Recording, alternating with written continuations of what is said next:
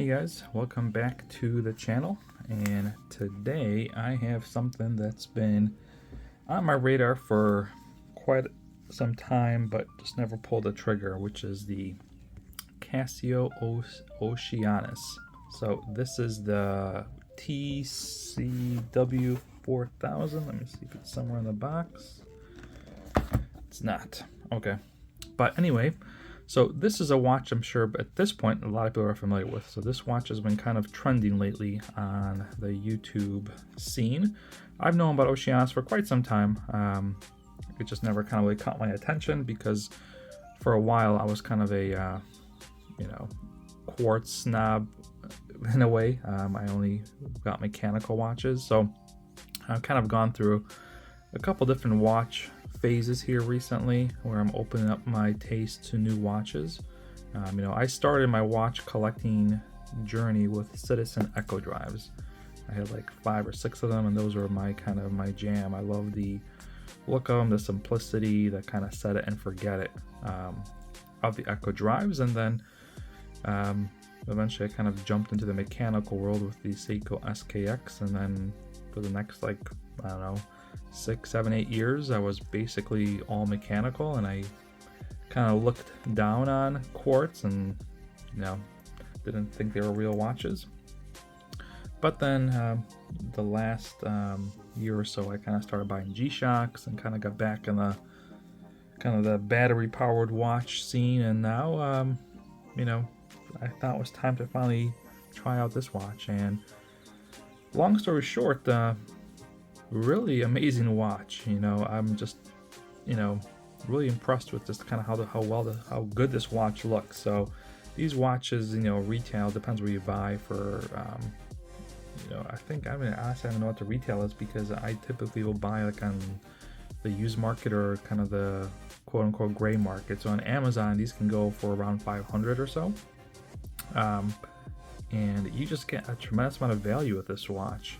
So first and foremost is titanium, which is a premium metal, and I'm partial to titanium because I love how light it makes the watch feel. Almost kind of too light, to be honest, but I'd rather have it too light than too heavy. So you get all titanium case and bracelet.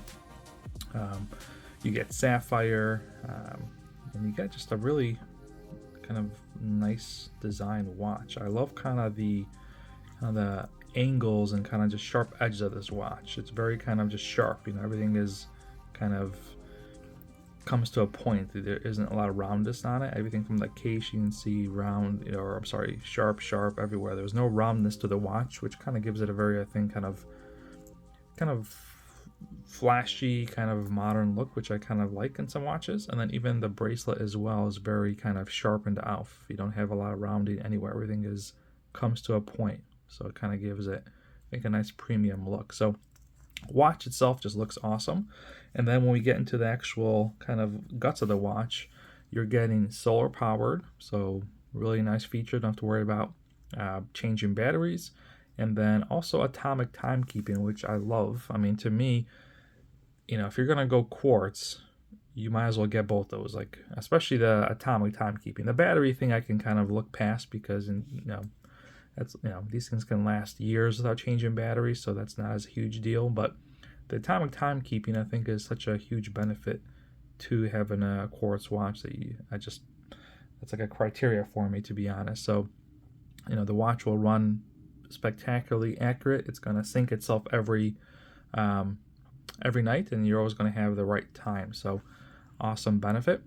Also like the blue AR to this watch. It's got like some kind of, I'm guessing it's a blue gasket, because it's a very pronounced blue that I've never seen this pronounced on the edge, which makes me think it's a blue gasket is giving off that really kind of strong blue edge.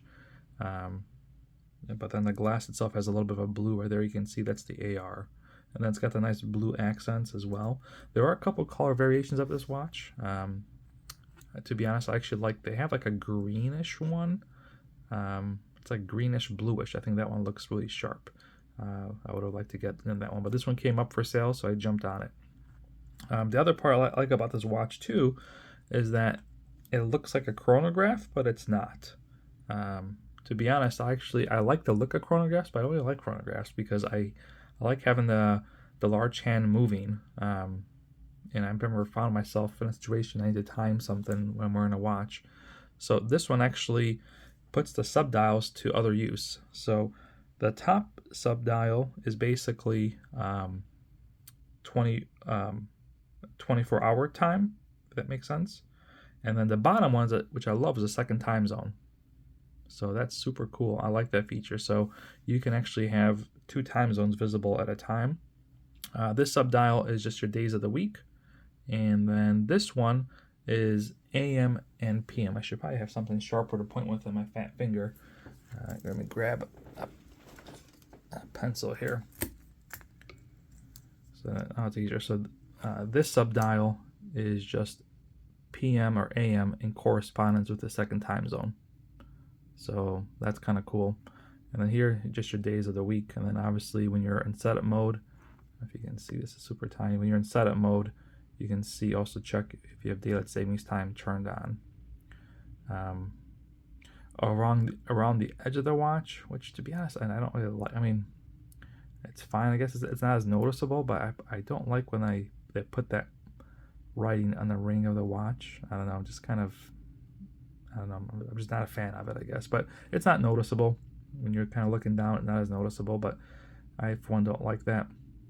And then obviously you have the date as well, and the date's also atomic. So not only does the time update itself, so does the date. So you don't have to, you know, adjust it for, you know, shorter months. So another benefit. So it's basically like a perpetual calendar in that sense. But yeah, that's it kind of for the features of this watch. Is, you know, it's not a whole lot to go through, but you know, it's not a chronograph. So at first instincts that you think you have a stopwatch, but when you actually press it, nothing happens. So this is not. I mean, you do have a stopwatch you can use it as, but not a chronograph. So you can turn it into a stopwatch if you want. So if you press that, it gets it set, and see, there you go. So now it's in stopwatch mode, and you know, you've got the large counting seconds, and then this one's going to be counting minutes. So you still have a stopwatch. It's just not like a typical chronograph where you're down to like the 10th of a second. We got that one subdial going crazy. But then, yeah, so same thing. You can stop it and stop and reset it. So you still have it. It's just not like a traditional chronograph. And like I said, I much prefer this. I'm not a big fan. I like the look of chronographs, but I don't particularly like chronographs in terms of, because I just never use it. So you have these subdials that kind of just sit there for no good use. So I love when they put these little like second time zones as other kind of things that you would be more useful on a day-to-day use case than a chronograph. So huge plus from my perspective on something like that. But yeah, that's about it for this watch. Like I said, I'm curious to see how well it holds up, because it's got a lot of polishing. It's titanium, so you know, curious to know how it's going to hold up. I mean, I'm not going to really use this as like a daily wear watch, just because it's too nice to do that. This will be kind of more of like a, you know, special occasion watch. If I'm going, you know, if I'm just going out to a restaurant or something like that, I'll wear it. I'm not going to wear it when I'm, you know, mowing the lawn or something like that, because obviously I don't want to, you know, incite scratches. But we'll see how it survives. But just really happy with this watch. Strongly recommend Oceanus. It's a good value proposition, especially on kind of as far as the big makers go. I don't know about the micro brands. I don't really follow those too closely to know kind of what they're offering these days. But this is a nice piece. Just kind of giving you guys some kind of close-up shots. You can kind of see it better.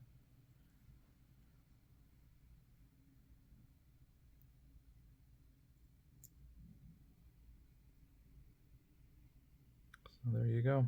I'll try and throw in some outdoor pictures of this, because I'm inside, so you don't always quite see it as well. But oh yeah, and the wrist shots. So here we go. So I am on I'm about 6 3/4, 7-inch wrist. Just to kind of give you an idea what that looks like. So it fits extremely well on my wrist. Like I said, it's very light. I mean, you just don't feel this thing. When you wear a watch kind of this loose and it's like a big heavy steel watch, it's gonna really kind of bounce around. But given how light this watch is, it doesn't bounce around at all. If I shake it, it's like you just don't feel it as much. So, but yeah, there we go. So that's the Oceanus. Very happy with this watch, and I anticipate this watch being a keeper. I don't see any reason why I always like to keep a couple quartz watches in my collection because they're just the ultimate grab and go watch. So I've only got a couple currently, so not a big assortment. So I don't see myself getting rid of this one anytime soon. Especially the fact that it's solar and atomic. And I never have to worry about it because I have a couple other quartz watches like a Flightmaster, but that obviously you have to kind of tinker with, adjust the time or change battery eventually. But yeah, if you have any questions, let me know, and I will catch you on the next one.